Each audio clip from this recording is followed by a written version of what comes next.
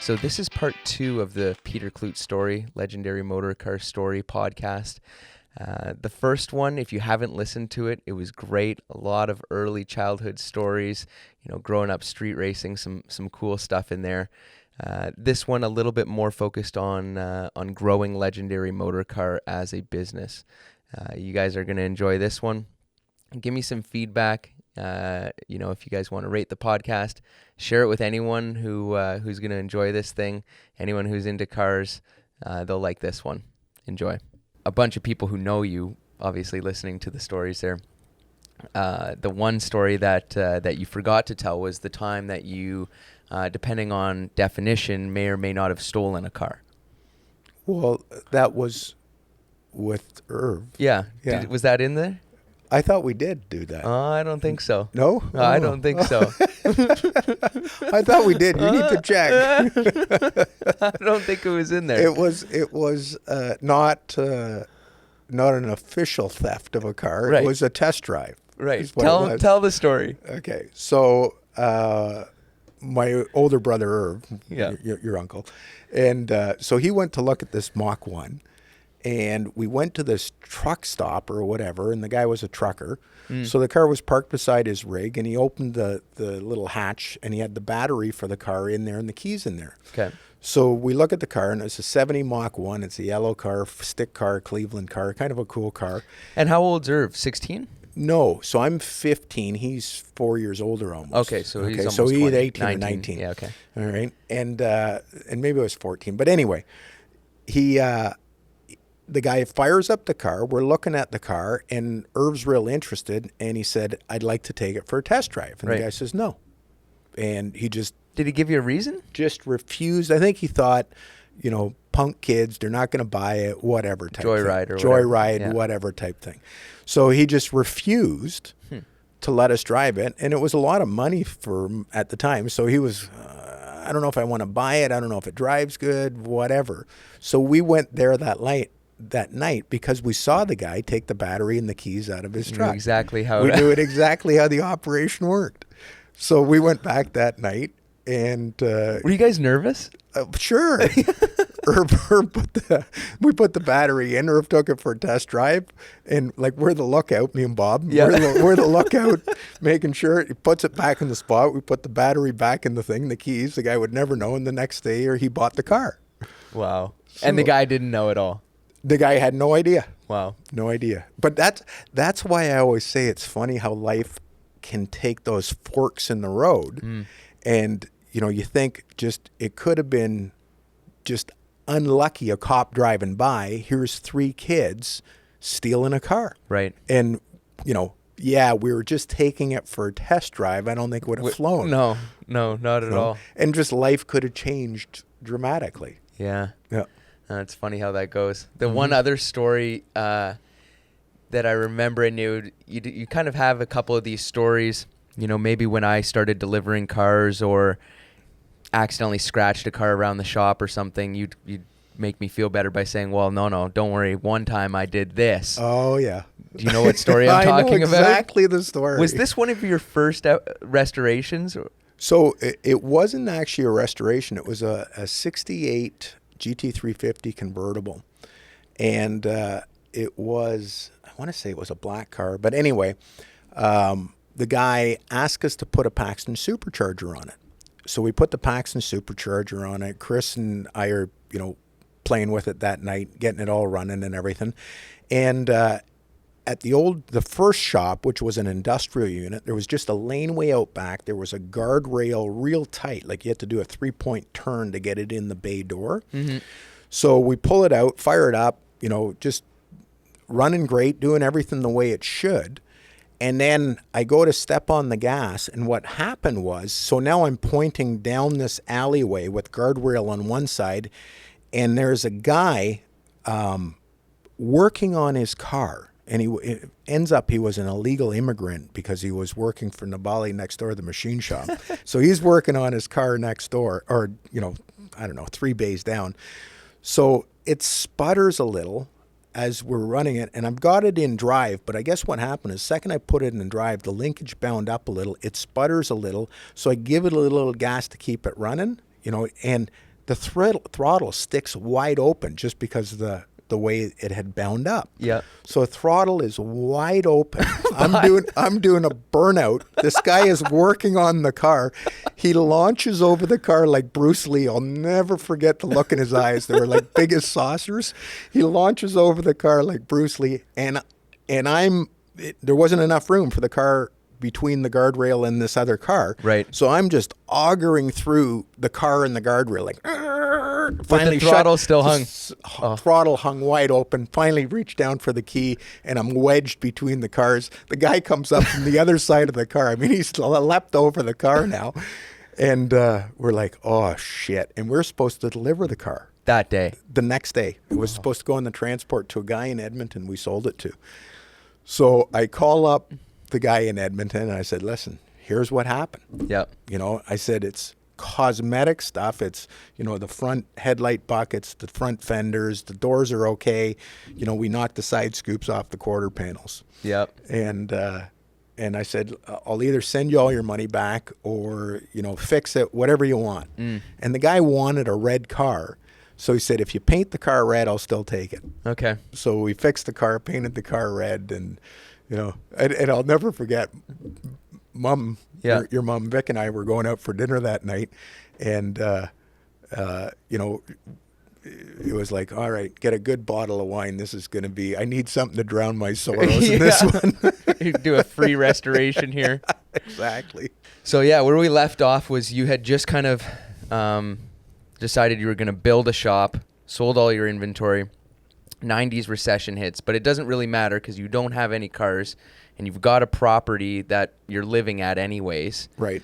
And, I guess to take a step back, because right around when you built that shop, I was born. Just after. So we built that in 90. You were born in 92. Right. Yeah. So, you had essentially almost 10 years had a running start at a business. So it was only 5 years. 5 when years. we moved. Okay. Yeah. Right. But, in university, you're still hustling cars. Oh, yeah. And Sure. And Yeah. whatnot. 10 years of hustling cars. Yeah. How much do you attribute your success to, you look at kids so much nowadays and, or anyone, how much do you attribute your success to knowing what you wanted to do kind of as you were, your all of your 20s? Well, so in high school, I always said I didn't want to work on cars for a living. I didn't think there was enough money in it. Right. And I actually wanted to be an architect and didn't get in. So I didn't really know I wanted to do it for a living. But by the time I was 21 is when we kind of made the decision, okay, we're going to give this a whirl. It's made us decent money sort of doing it on the side. And I loved the cars, which was key. So knowing I would always do something with cars, you're right, which, I think if you have a passion, you learn way better than if you don't. So I knew I wanted to do something, or I wanted to have cars in my life as far as a hobby. Right. Can I make a living at it was the big question mark. Right. And I think that once you make a decision that you can make a living at it and you pour everything into it, then I think it becomes a lot easier. So it helps to have a focus early on. And it's just getting that head start. I think it doesn't matter. You could have that same focus when you're 30, Sure. 40, 50, 60. And if you're passionate about it, I think you can learn very quickly compared to if you're just doing it as a job. Right. And then, so in 92, how much did having kids change the way you went about working or your mindset for the business, if at all? I don't think anything. Yeah. I think that I think I was lucky in having a wife that understood, her job, and I hate to say it that way, but her job was to look after the kids, look after the house, and do all that. And Vic gave up her job to do that.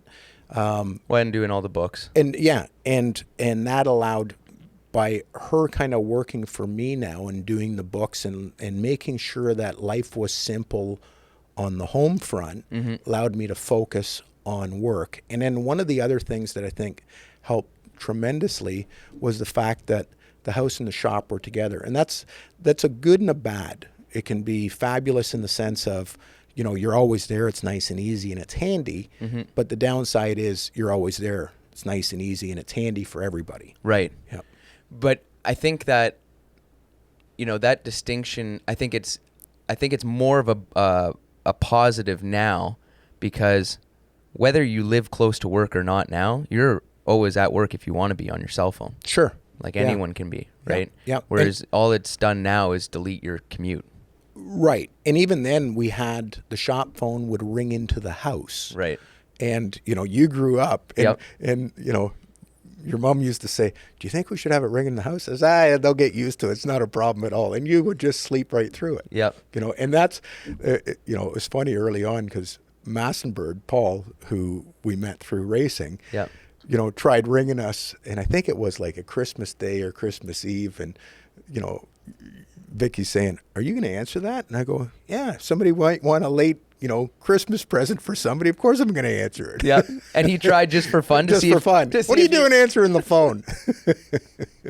That's funny. Yeah. That's funny. So at that time, when I was very young, you changed the name of the shop. Right. From the Shelby shop to Legendary Motorcar. Right. Why? Multiple reasons, but the last straw that broke the camel's back was Carol Shelby sending me a letter. And at first I thought, boy, I get this letter from Carol Shelby. He must be thinking I'm doing a great job, you know, selling Cobras and Shelbys and stuff. Yeah. But it was a cease and desist or pay him 10%. Really? 10% is what he wanted? 10%. Yes. So he made you an offer. He made an offer, you know, either you cease or desist or you pay 10% type thing. So, and we'd already started to get pigeonholed a little bit into people thinking all we did was Shelby's, which was the negative of having a single brand to your name. And we restored Corvettes and we did Camaros and all sorts of different muscle cars and even some European stuff. You know, I don't know if you remember the early showroom. There was a Boxer there and there was an NSX and, you know, a bunch of early stuff. So the next name had to be something generic that would kind of typify what we would sell, but I didn't want anybody having a preconceived idea. So I wanted it where if you were into Packards, you would think, oh, Legendary Motorcar, they sell Packards or Duesenbergs or Ferraris or Maseratis or, you know, Cobras or whatever you were into, you would associate Legendary with that brand. Right. Yeah. Right. What exposed you to kind of that pre-war stuff? Because when I was younger, you had a few of those cars around. Was it just going to auctions and seeing there was money in it, or did you start to appreciate those cars? It was really a guy named Jim Miller. Right. And Jim was a mentor, for sure. He passed away a lot of years ago now of cancer. And he was definitely a mentor. And he was really the guy, I would say, that got RM, Rob, into classic cars as well. Really? So So he was an antiques dealer, but loved classic cars and had a place in Baden about halfway between Rob and I. And he would always say, oh, you know, you should have these old ones. And, you know, there's a lot of history there and this and that. And so one day he came out and it was a Stutz, a 29 Stutz dual cowl that he was trying to sell. And I knew nothing about the cars. And he says, listen, the only way to learn is to own it, experience it, you know, the whole good thing. salesman. Oh, great. He was a master salesman. He was great. And so anyway, we talked for about a half hour and I forget the numbers, but let's just say he wanted 100, and I said I would probably buy it at 80 type thing. And then he said, listen, I'll give you a buyback. You know, if you pay more, you know, you'll take a 10 grand hit and you'll have a guaranteed number. Okay. All right. So I said, I don't know, I think 80's all of it and blah, blah, blah. And, you know, he was working for his 100. So anyway, as we're going out the door, he turns around, shakes my hand and says, done, 80 grand. And I'm like, I didn't know what I bought. Right. You know, I didn't have a clue. I hadn't seen it, nothing. So, and Jim says, don't worry, you know, you got a 10 grand penalty if you want to sell it back. Yep. So, and it was a good learning experience because if you own the car, you really get to one, you do your homework afterwards, sometimes afterwards. Mm-hmm. You try and do it before, but in this case, it was afterwards. And you get to see how special the cars are and what they're all about. And so anyway, I struggled to sell that car, and I'll never forget, we had that cruise auction in Indiana, and Jim was like circling like a vulture. I couldn't sell it. Goes across the block, nobody on it. I'm trying to sell it in the not in the parking lot, but in the corral or whatever they called it. Nobody on it. And it's like the last day, sales over, say at 5:00, and there's Jim ready to take your 10 grand pill. Yep. And I wasn't quite ready. And this guy walks over. He had just bought the Stutz factory and was converting it, turning it into condos and a workspace and stuff. And he said, this would be perfect for in the lobby of my Stutz factory I just bought. Paid full pop. Oh my goodness. Did Jim witness this? Jim didn't, but he came around an hour later, and we're loading up the car, and Davey's going to take it down to the guy's factory, like right there and then. And Jim's like shaking his head. He says, you got horseshoes up your ass. Yeah. That's funny. That's funny. How did you meet Jim? Just at auctions? Yeah, probably at auctions, and then we'd bunk together when we were going to auctions, and there was me, the goofy Newfie, and Jim and Trenholm and that, and it was hilarious. We'd have one room or two rooms depending how many guys, and we'd have dinner every night. But it was a lot of fun. It was the early years of anything almost are more exciting. Mm-hmm. Yeah. So you've bought and sold just a few antiques, kind of probably through Jim throughout the years. Right. But the one collection that I remember when we were young was you had bought a whole ton of artifacts that like really belonged in a museum. Mm-hmm. How did that deal come about? So that guy called me out of the blue and said, I have a bunch of cars and some antiques. And I said, well, what are the cars? And he said, well, the ones I have left was a Ferrari Dino and a Corvette. And I forget what year, like a 67 or something. So, and they were about $5,000 under the money. Like there was profit in them instantly. So I jumped in the truck, drove out to London, Ontario, and he had already sold the Dino. Like literally it was gone already. So I took the Corvette, and then he said, do you want to do anything with the antiques? And I don't know, What were they? There was, we go in and he lifts the cover off this pine coffee table, but it was a glass coffee table, and it looked like it was built like last week. And I said, I'm not interested in that. He says, no, dummy, it's the eggs in the coffee table, and they were dinosaur eggs. And then he had the first thing that basically had wings, Confucius or Ornis Sanctus or something it was called. He had all these names for the stuff. He had saber-toothed tiger skull that was basically 100% intact. So a lot of times they kind of make some of the bones to make a complete skull, but it was a really good piece.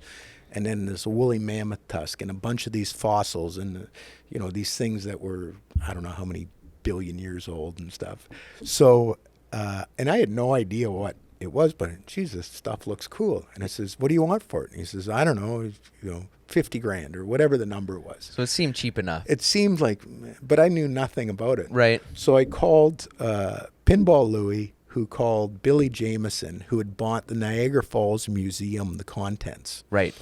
And I told him about, what I was buying. He says, I don't know, you can't get hurt on it type thing. And then I ended up selling all of it in one shot to Dan Warner and made a good profit on it. Right. Yeah. Yeah, because I remember when we were young, you had, we had, the dinosaur eggs were super cool. You had the coffee table with the dinosaur eggs. Yeah. And you have a buddy over from school in grade 1. Dinosaur eggs. And then you had this woolly mammoth tusk behind the couch. That was just kind of behind the couch there. Yeah. It was ridiculous. And all of those things hung up on the wall by the fireplace. It was like a museum. Yeah. Couldn't throw a ball in that room, that's for sure.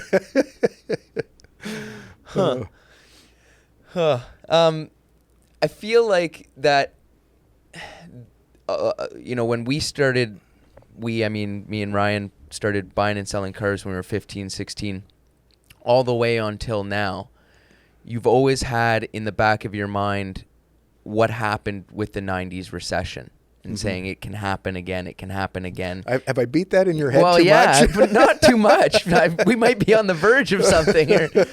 But how much did that, make you a conservative business person, seeing that kind of firsthand and dodging that bullet? A lot. When the market had gone so crazy, and I always use that Ferrari 4Cam as the example. Yeah. And it was $85,000 in 85. At the very peak in 90, it was $1.5 million. And then I bought one and restored it and sold it at Rob's auction in Toronto here when we were doing the TV show. It was on a season for $305,000 in 2000. Right. So it went from 85 to $1.5 million. The market, the bottom fell out of the market in 90. The stuff was sale proof. It didn't matter. Everybody was behind. They would chase the market down. And a prime example was, I don't know if you remember, Mom's probably got a picture of when we brought you home from the hospital in 92. So in 1990 was the peak of the market, and even 328 Ferraris, and 89 was the last year of those. A customer of ours had bought two and parked those cars and as a collector's item. So they had, 300 miles and 800 miles, whatever it was. It was under 1,000 miles, and he'd parked them as an investment. Right. And in 90, I want to say, and I'm pretty sure my numbers are relatively accurate, list price was, call it $80,000. I offered him $160 for each car. And he said, no, $200,000 is what it takes. And you got to remember, everything was over list price. And for each individual car. And it was way over list price. Countach's were double list price. Testarossas were like way over list price. Like it is now. Like it is now.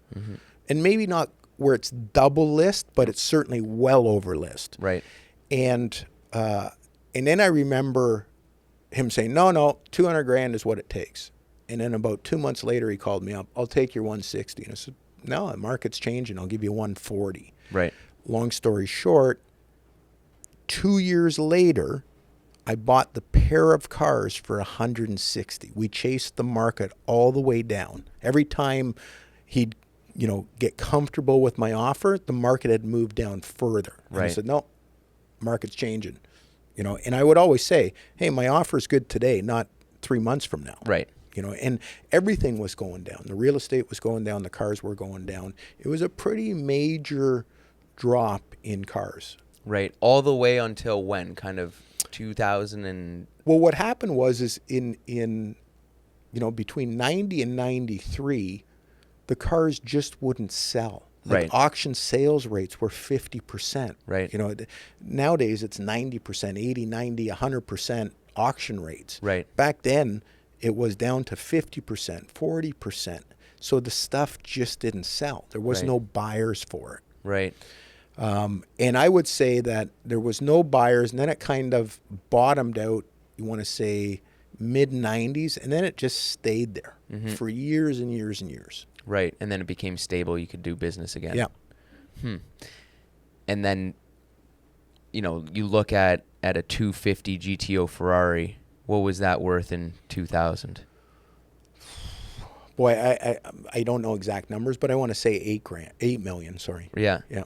And then it's gone, whatever. To 70 million. 70 more. million. Yeah. And now you had the SLR sell for 140 plus million. Right. Yeah. Do you see those prices coming down, or cars like that people just won't sell? I think really special cars that are truly almost impossible to replicate or duplicate the deal. And that's why the Benz did so well in my mind. I mean, they'd owned the two cars since 56, since the Mercedes, accident at Le Mans. So those cars have never been for sale. There hasn't been a car like it that has been sold.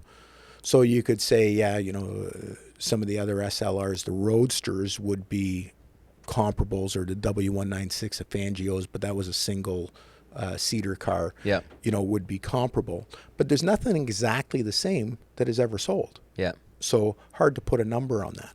Right. So to go back to the business, you're kind of plugging away. You work through the 90s. Do you sit down and create a vision, or are you just kind of head down buying and selling cars, doing Seat restorations? Of the pants always. Right. Yeah. Right. Now, in the early 2000s, you stumble your way into a TV show. Yep. How did that come about? So there was two guys, Dan Woods, and I forget the other guy's name now, because Dan Woods went on to have another show.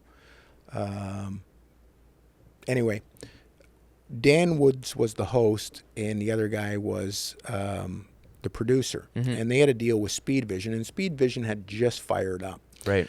So they came in the shop and they said, do you want to do a 1-minute segment, a pro buying tip on what you should be looking for if you're buying a collector car?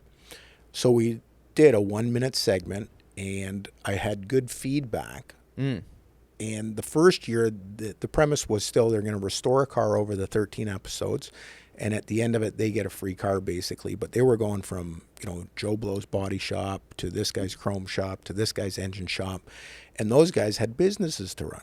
Right. So they go show up with the camera, and car's not been worked on, nothing happening. And they were getting the work done for free. Correct. Right. That was part of their business model. So they'd show up for a shoot day, and there was nothing to shoot, nothing Right. to do. And so anyway, they didn't finish the rest, though, on that first season. They kind of cheated it out. Yeah. And the next season is when I said, let me do the restoration. Yep. I'll make sure that it's, organized, ready to go. And they wanted to do 26 episodes that next season. Wow. And so we did, maybe it was, I can't remember if it was first the Camaro that we did or the 4Cam. And that's because the last episode of that season, we auctioned it off, no reserve. Yep. And it was a big deal, but it was kind of the hook to get people to watch the whole season. And Skip Barber ended up buying that car. Oh, okay. Yeah. At the end of that season. So then after that, and that was what, year 2000, 2001? 1, 2, somewhere Okay. in around there. And then Tom came on. And so Tom and I were hosting it because the two guys had, a falling out. And the one guy got the show and Dan Woods didn't. Right. So now he needed a host as well as a co-host and a restoration thing. So Tom and I got together. We were co-hosting the show. And that guy wasn't a great business guy. He was behind on some payments and this and that. So bottom line is we ended up buying the show from him and would cover his debts and all that sort of stuff. And then we had 1 year left on the contract with Speed Vision. Right. And so we kind of took it over and owned it. Right. Yep. And did you guys and then you ran it for what? 10 we did 11 seasons of Dream Car, and then 3 seasons of Sports Car that were kind of in there. Yeah. And then we did a bunch of specials. We did the Corvette special on the race car. We did the shootouts. We did the Super CUDA. Mm-hmm. And then, we did, I forget how many shootouts where we would take different cars from an era and do a bunch of different tests, drag racing and stopping and slalom and burnout contest. Burnout contest, yeah. No, I remember that. And that was really, though, the heyday for car shows. That was the beginning. The beginning of car shows. I guess, the heyday was probably a little bit later when everyone Gas Monkey Garage and all that stuff. But you were kind of riding the wave of the Orange County Chopper era. We were way before Orange Really? County Chopper. Okay. Yeah. So, no, it was the opposite. We were right at the beginning of that thing, and then Orange County Choppers came out. And how much did how did it affect your business? It's always a double-edged sword. So it definitely affected it in a positive way. Mm-hmm. The negatives are people know who you are, so it's harder to buy. Right. The positives are people know who you are, So, they also know to look for you. But the key in my mind to, doing well in the collector car business is having inventory. Right. You can't sell from an empty wagon. And you could have, like, I looked at guys, well, take Orange County Choppers or, some of the other shows out there. They struggle to monetize, their Core business. Yeah, their core business with the show. And sometimes it almost goes the opposite, where it hurts their core business. Like, Boyd Coddington's deal. I don't know if it did or didn't, but it looked like he had a great reputation as a hot rod builder. Yep. And then typical of TV, and it was Orange County Choppers that really started that, throw the wrenches, yelling at your kids, Yep. the drama. And I think they pushed that through that shop. And they sometimes tried to push it through here and say, hey, we need more drama, we need more this. And I just refused to do it. And I think that some of the shows that did it, it hurt their core business. And that's really, what's going to live on. Mm-hmm. The shows will last, we had a long run at, 11 years and then 20 years total. Yeah. So lots of times the shows don't last 5 years. Right. Type thing. So I think the focus needs to be on the core business, and you're using the TV as promotion for your core business. Right. Because, you look at, right now, everyone will create content and put it out on their social media, but what you were doing is essentially that, but putting it out on that, right, on the TV before network. social media. Yeah. Right. Yeah. Right. And it also makes for evergreen content, in the fact that you could take one of your shows from 2003 and we could chop it They're up. still in syndication now too. Yeah. Yeah. And use it because it's not, it's very dated if you're yelling at each other, and, that reality TV has changed.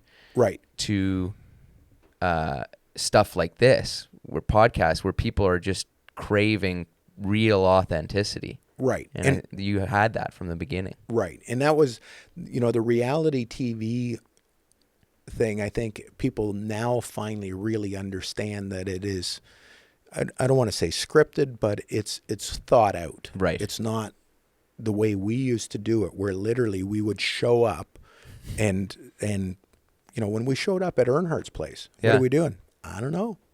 So you guys got invited down to DEI, Dale Earnhardt's shop. Yep. And did it was one of Dale's guys invited you down, or? No, Dale was up at the Oshawa plant for some GM promo thing. Tom wrote for the Toronto Star as well as a writer. Okay. All right. And Tom was there covering it for the Toronto Star. Yep. And Earnhardt came up to Tom and said, hey guys, or hey Tom, really like your show. Love to be on it sometime. So Tom comes back to the shop and he says, you'll never believe what happened. Earnhardt wants to be on the show. And I said, bullshit. He says, call him up yourself. So I'm like, he had the number. I'm figuring he's got it's a buddy. Prank. It's a prank. Yeah. I call him up. Whoa. There's Dale on the other end. Yes, sir. We'll be down. Really? Yeah. So he said. So he was a fan of the show. He was a fan of the show because he and Junior were restoring a '69 Camaro, and it was the year we were doing the Baldwin motion car. So they were watching the show. So they kind of followed along a little bit. Yeah. There was some cool segments out of that. You guys, spent a weekend? We spent probably 4 days down there. Yeah. And Steve Crisp, who was one of Dale's right-hand guys, was just awesome. Like, great guy, funny as hell. And, he made it really simple to be comfortable there. Mm. And it was an interesting 4 days or 3 days we had down there. How much, that was your first time probably walking through a cup shop? Yep. How much did that influence you or rub off on you, like, to how impressive those shops are? A ton. Yeah. To the point of,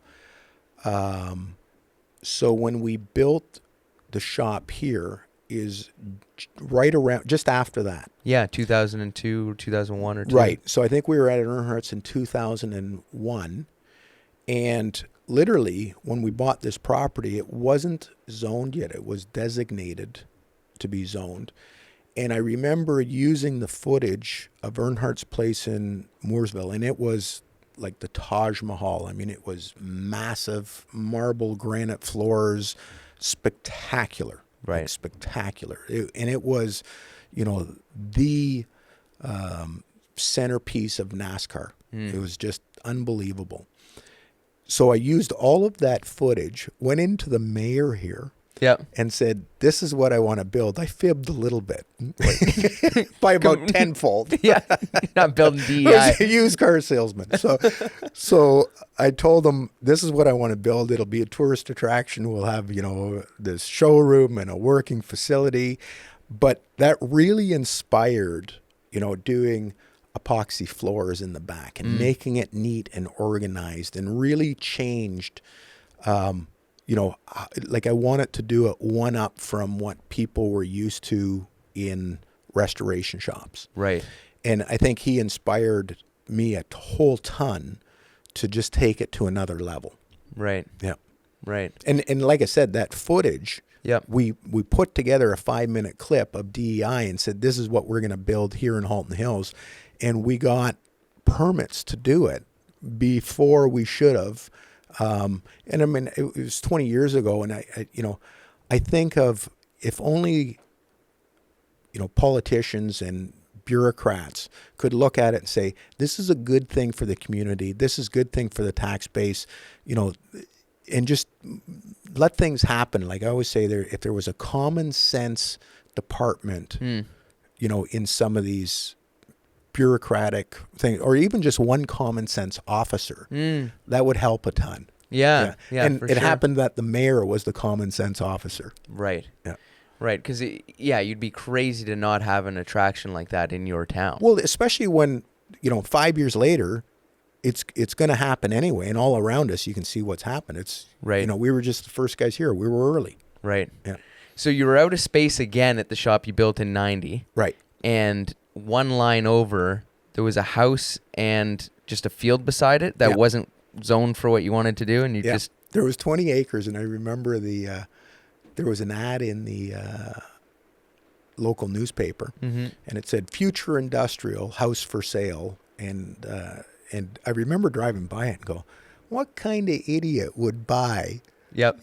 that house in an industrial, when it's going to be an industrial park 10 years from now? And then 2 years later, I'm knocking on the door and I became the idiot that wanted to buy it. That's funny. Yeah. So was it the same kind of jump again, as far as financial, like a financial stretch to build this building? Well, do you remember what I Yeah. used to tell you? Yeah. What did I used to tell you? Well, if things don't work out, at least we'll be together, but we'll be in a cardboard box. It was a big stretch. Yeah. Yeah. How much did you feel a lot of pressure? Yes and no, but I mean, I think with everything that, you just know when the timing is right. Mm-hmm. And especially being a little bit conservative. And again, I think we lucked into the whole deal here. I mean, Milton hadn't exploded yet, the town we're in, hadn't exploded yet. Real estate was still relatively inexpensive compared to Toronto. Yep. And it just made a ton of sense. And again, I think the timing was just shit luck. It worked out really well. Yeah. Yeah. What are some other, like, there weren't that, going back to the show, there weren't that many car shows going on at the time, and you guys got to do some really cool stuff. Like, everyone really who was in the space knew who you were. You could, from my impression anyways, you could pick up the phone and drive some cool stuff. What are some of, like, the top 2 highlights from that show that stick out for you? It was really, really cool. Fred Simeone, we went down to see his collection, and Fred just passed away not that long ago. But Killer collection. I think arguably one of the, if not the best sports car, certainly one of the top 5 sports car collections in North America. And I mean, spectacular, the best of the best. And he was a pioneer. I mean, he was collecting the stuff when it wasn't collectible and bought great stuff, had great taste in cars, bought the right stuff at the right time. Brilliant guy. And I mean, I think he was brain surgeon or back surgeon, wrote the book on the human spine, but the nicest guy too. You'd walk into his place, and if you were a gearhead, he had all the time in the world for you. Yeah. You guys got to, I can't, looking through the footage, I can't believe some guys would just give you their car and say, go ahead, beat the crap out of it. You had burnout competitions on TV with guys freshly restored cars. Yes. Yeah. Yeah. It was, I was shocked myself. Yeah. People would send us their cars to use in the muscle car shootouts. Yeah. And we just pounded the crap out of the guy's car for 2 days. It was interesting too, but I think people, because of the racing, it helped. They knew that you could drive? Well, I think it helped in the sense of, one, you can drive. Two, you're sympathetic to the equipment. It's one thing to do a burnout. It's another thing to, do stupid stuff, over rev a motor, miss a gear, do those sorts of things. Right. Far more harmful than just doing a smoky burnout. Yeah. And then I think the other thing too is they fully trusted that we could fix anything we damaged. Right. And, right.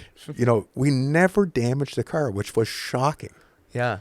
Especially with Tom there. Oh, I still remember Tom. We were down driving a Superbird and a Hemi Cuda, and we're going through these roads. I want to say it was in the Carolinas, and Tom's driving this Superbird, and I'm in the Cuda, and I'm wheeling it a little bit for the camera in front, trying to get it to move around a little bit. Yeah. And Tom doesn't realize that. Well, he does realize, but forgets about. The car is 1,000 pounds heavier. It's just an ocean liner. And I thought he was going to go through the fence. I mean, he came so close to the fence at the side of the road. Yeah. And he's just locked up, wheel turn, pushing right for the fence. And the last second turned it, So it was, that was probably the closest he had. Yep. So you now, 2001, 2002, you built this shop. Yeah. You're back buying and selling cars. We talked in the previous episode how you were racing. You definitely weren't racing at this time. You were kind of taking some time off during that. But then you bought a Trans Am car. So that was, let me get the order of this right. I want to say that was when I first started racing. Wasn't long after that I bought the Trans Am car. So just before you were born, I did the driving school. Yeah. And Mike Douglas got me hooked on racing, and then I bought the Shelby, built the Shelby, and then built the first Corvette, and then won it to go Trans Am racing. Yeah. And because you ran in the early 2000s. Right. Yeah. Yeah. So it was when you got here. No.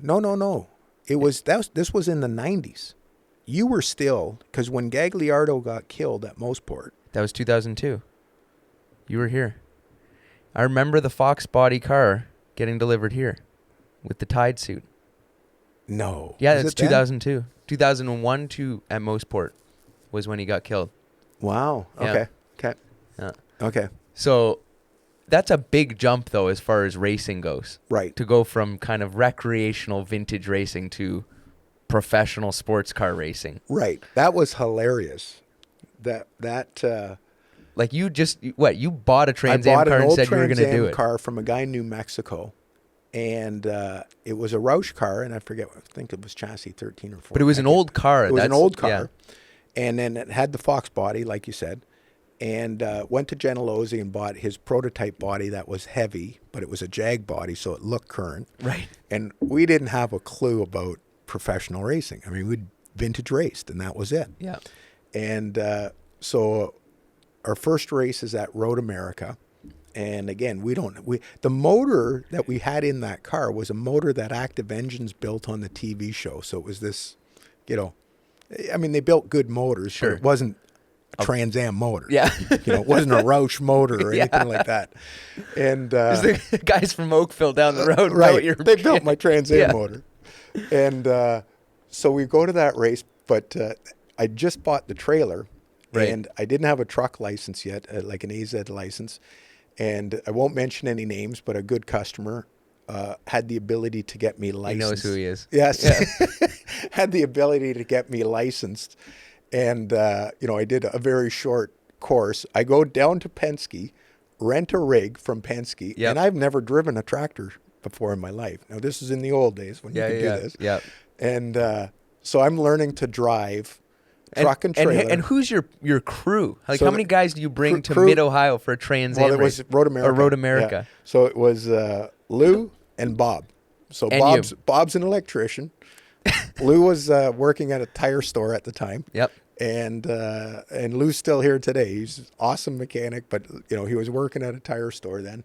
And myself, Big team. a used car salesman. So, but the funniest thing is learning to drive the rig on the way to the race, and Lou's in the top bunk, and we're coming up to this bridge, going through construction in Chicago, coming up to a bridge, and Lou leaps from the top bunk. He says, "I don't think we're going to clear the bridge." How tall is this? I don't know.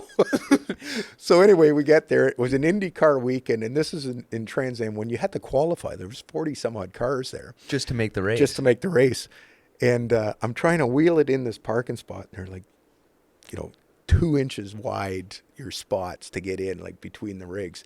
And I'll never forget, it was Mike Davis was beside us, and he owned Boris Said's car, and Mike used to race.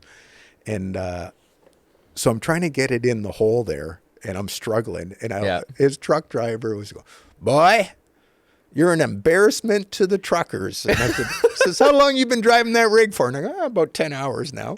Yeah. And he thought I was kidding. So anyway, he helps me. He's guiding me in the hole, finally get it in the hole, and he's just giving me shit. I'm a useless truck driver. Right. And then the next morning, we're warming up the car for first practice, and I got my suit on, and I'm sitting in the car, and the truck driver comes over. "Boy, don't tell me you're driving this too. How long you been driving these for?" And I said, "First time, just like the truck."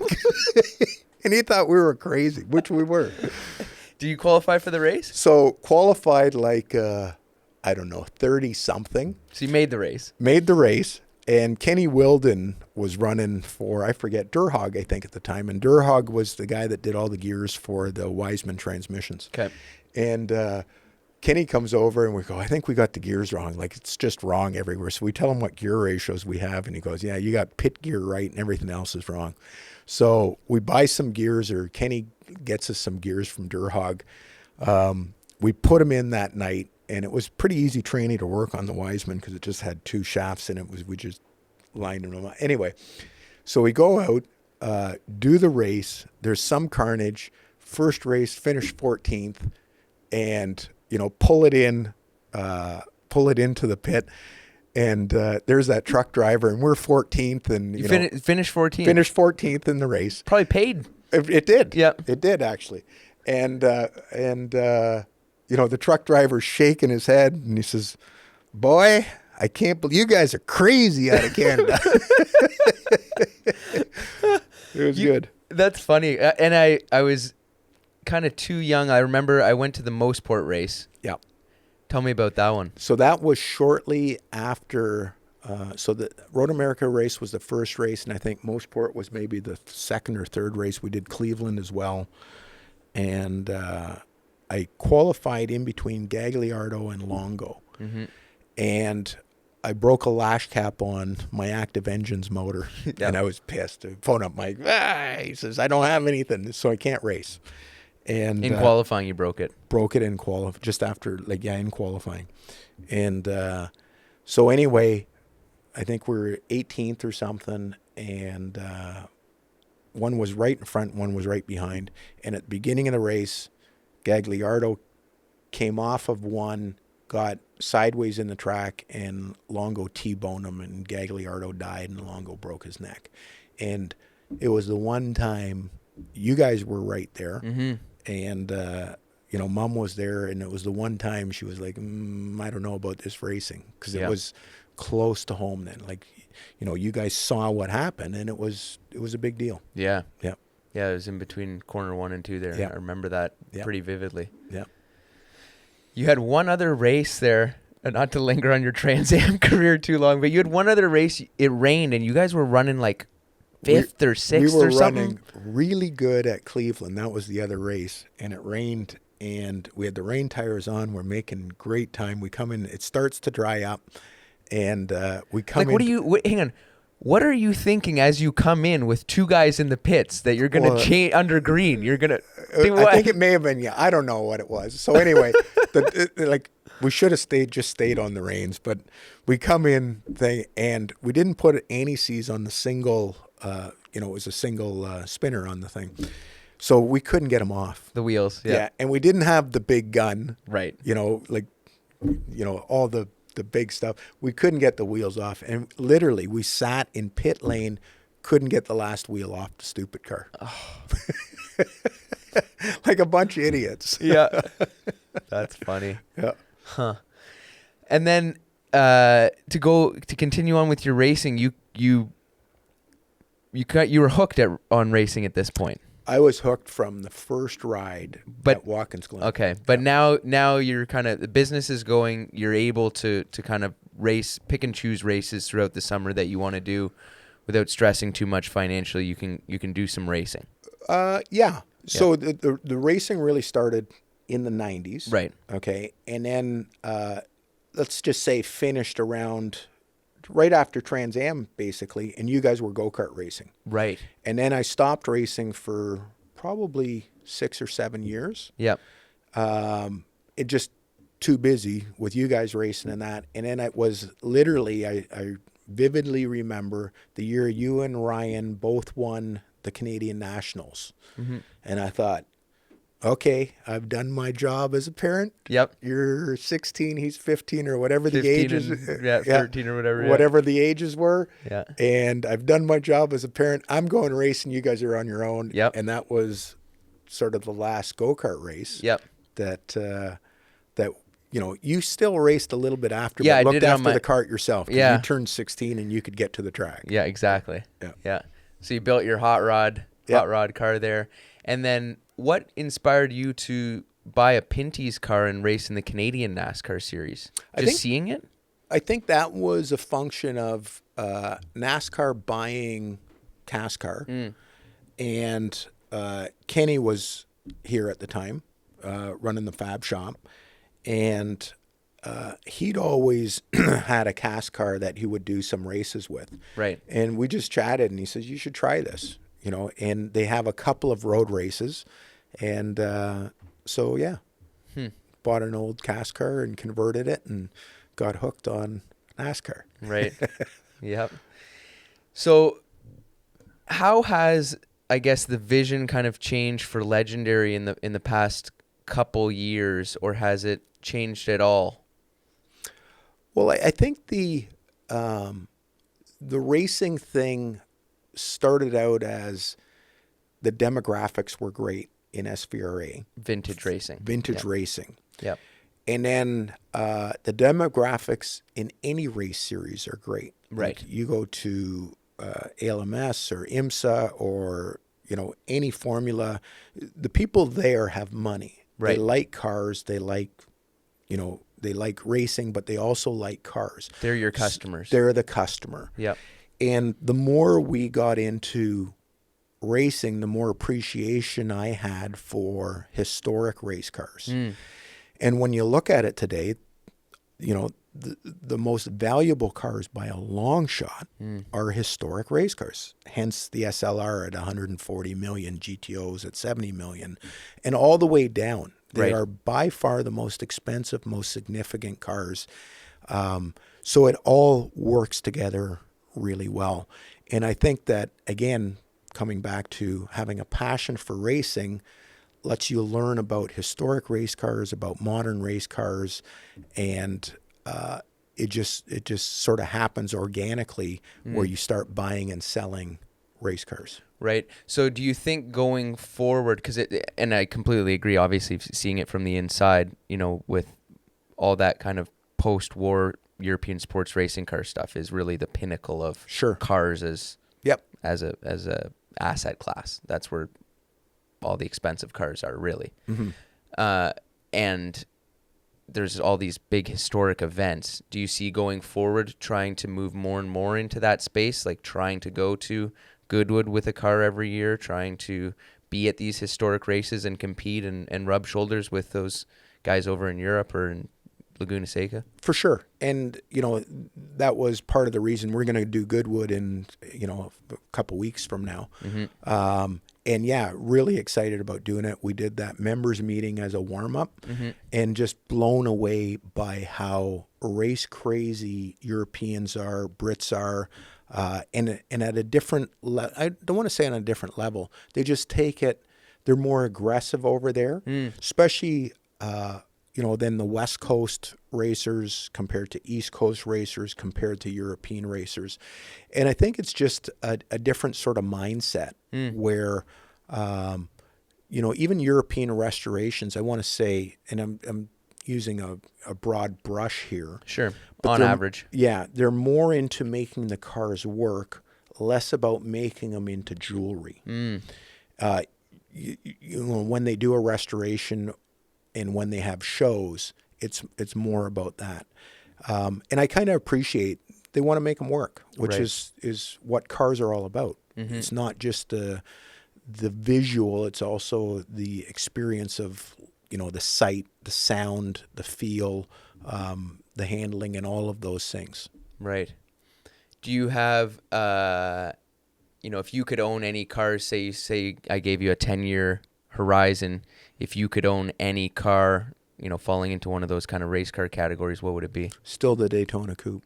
Daytona Coupe. Yeah, I missed it at $1 million. I missed it at $4 million. I missed it at $7 million. It's many multiples of that today, but it's been on the list since the beginning, and I just think it's a cool story. Them winning the manufacturers championship, winning Le Mans, just that whole Ford versus Ferrari story. Mm-hmm. It's really good that it's been told, right? Because I think from a North American point of view, that'll never be duplicated. When you have a guy that wins Le Mans as a driver in the Aston, wins as a manufacturer with the Daytona Coupe, and wins as a team owner with Ford with the GT40s, is pretty spectacular, and it just will never happen. It's happened once, and it won't ever happen again. Right. So that is the peak Shelby car in your mind. Right. Yeah. Yeah. That, and now, I would say the Ken Miles car, because it's part Daytona Coupe, has, the chassis is basically a Daytona Coupe chassis. That motor was in one of the Daytona Coupes, and it's a prototype engine, and it is the fastest, best handling Cobra I think they ever built. Right. I got one final question for you. Do you have, advice for young guys who want to? Well, maybe a few questions, but young guys, or even guys my age or even older, who want to start a business. Do you have advice for them, even if they don't know exactly what kind of business they want to start, but they have that desire? If you can find something that you're passionate about, it makes life so much easier, and it's not work. And I think that's number one. Having said that, I don't think that everybody can find something they're passionate about that they can make a living at. Right. I guess you could, somebody's made a living at just about anything, sure, everything. So I guess that's not 100% true, but it's just much harder. And I think, and I forget if it was Warren Buffett said it, like, pick something that pays a lot of returns. Okay. That is worthwhile being in business for. So that's, I think, half of the battle as well. Is it's a great thing to be passionate about something, but if it doesn't make sense or isn't an easy business to make money at, yep, I think that, you're just beating your head against the wall. And you can take an example of, perfume or, a commodity that is not with the margins. So if you're going to pick a business, pick the one with a 500% margin, right, as opposed to the one with a 1% margin. Right, to start out. Yeah. So pick wisely, I think, in the business that you're going to do.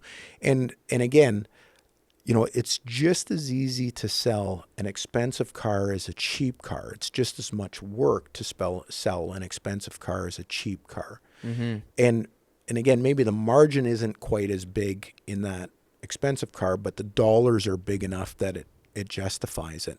And I don't think it matters what business you're in. You know, and it's pretty easy to look around and just say, you know, you don't have to reinvent the wheel. What are guys making money in? You know, what is more profitable than other businesses? And have a look for profitability as well as what you're passionate about. Right. They have to line up. It makes it way easier if they line up. Right. Right. So, and for people who, you know, maybe don't want to run a business because it is, you know, you're taking on a huge amount of risk and load. What advice do you have? Because, you know, you became an employer at a young age. Mm-hmm. What advice do you have for people who want to climb the ladder and be good employees and be successful there?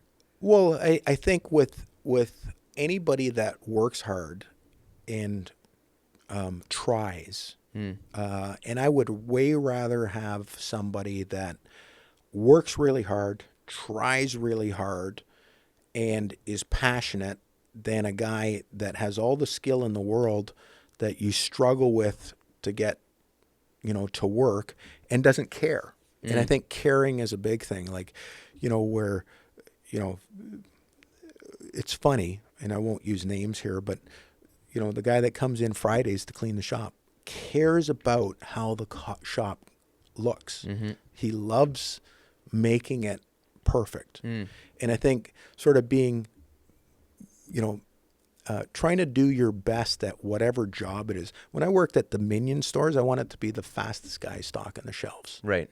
All right. When I work garbage, I want it to be the fastest guy doing the route, and same thing with Coke. And there was incentive because you got to go home. Right. But I also want it to be the fastest guy at every one of those jobs. And it's interesting if somebody comes here, and I mean, you know the story of Dave started mopping floors here and he runs the place. Yep. So, you know, if somebody comes here and he's 10% better than all the rest, not 100%, 10% better, he's the first guy you're going to look at. Right. If he's here 10 minutes earlier than the rest of the guys and stays 10 minutes later and does 10% better, he's my top guy. Right. Those exponential rewards are just made on the small margins. Small margins make a huge difference. And obviously if the guy, like, it's hard to be a superstar and say, I'm going to double everyone else's output. That's not reality. Right. You know, steady, you know, going steadily at it, you know, year after year, if you want to make a career with something, and just giving that 10% more, I think is huge. Right. Yep. Oh, it's a good place to end it. We've been doing an hour. We'll do another one sometime. All right. Thanks. Thanks. If you enjoyed the podcast, give it a like and share it with some friends. See you guys next week.